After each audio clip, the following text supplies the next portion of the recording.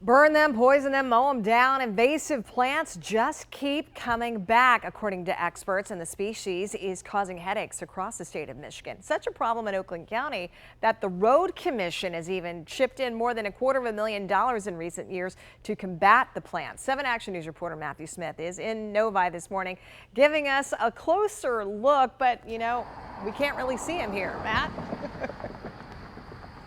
Yeah, having a little bit of trouble because I'm standing on the other side of some Phragmites. That's what you call this invasive species. They're native to Europe, but not here, so there's no predators. They grow out of control, and while, yes, the county is doing work to try to get this all under control, not all of these grow on public lands, and that's why they need your help.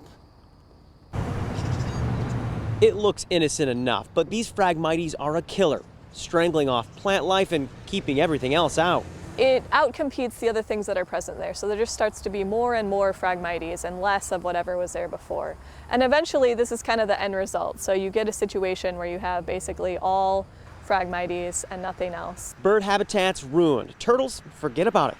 These things are technically a European plant, but like all invasive species, they make it here and have few predators to keep them in check. You've heard about it before.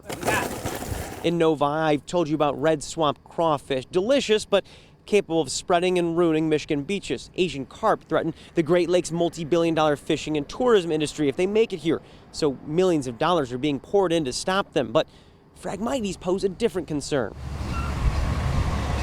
Growing so quickly and so tall that drivers are driven nuts when they can't see around them. It's also money that can't be used for other purposes, pothole patching or whatever. Craig Bryson is with the Oakland County Road Commission. They've gotten involved with the group SISMA because these things block drainage and lead to flooding. Some areas have even started programs to burn them down. This year in Oakland County, they'll spend more than $70,000, but over the past several years, they've thrown out more than $250,000 at this one problem. Our main focus has always been pavement condition, traffic congestion, potholes, that kind of thing. So this is above and beyond that. You know, this is not something that traditionally, you know, is our main focus, but certainly something that has an impact on our road system. And I mean, when you stand next to them, it really underscores, Matthew, how tall these can grow to be. A lot of us have seen these driving around. It's hard to see around them, as you mentioned. How do we play a role here? Okay, so if you spot these in your area, or you think you do, reach out to SISMA. I've got all the information on WXYZ.com, but keep in mind that these things, well, the seeds on them can actually get on your shoes. You can transfer them to areas that they've already gotten rid of them. That is a problem. And if you do mow them down, yes, they will grow right back. But if you choose to do that, you need to know how to handle them. We have information online, but let me just give you a preview. Covering them up is going to be great because these things move in the wind. You want to burn them if you have a safe space to do that. And if not, we also have some information on how you can take care of them in the trash. Spoiler alert, you don't want them just loose because they will continue to grow in other places too. These things are taking off like crazy, and if you have a chance to drive, you're going to have a hard time seeing around the corner like where I'm standing right now.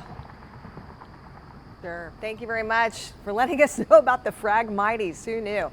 Very interesting. Thank you, Matthew.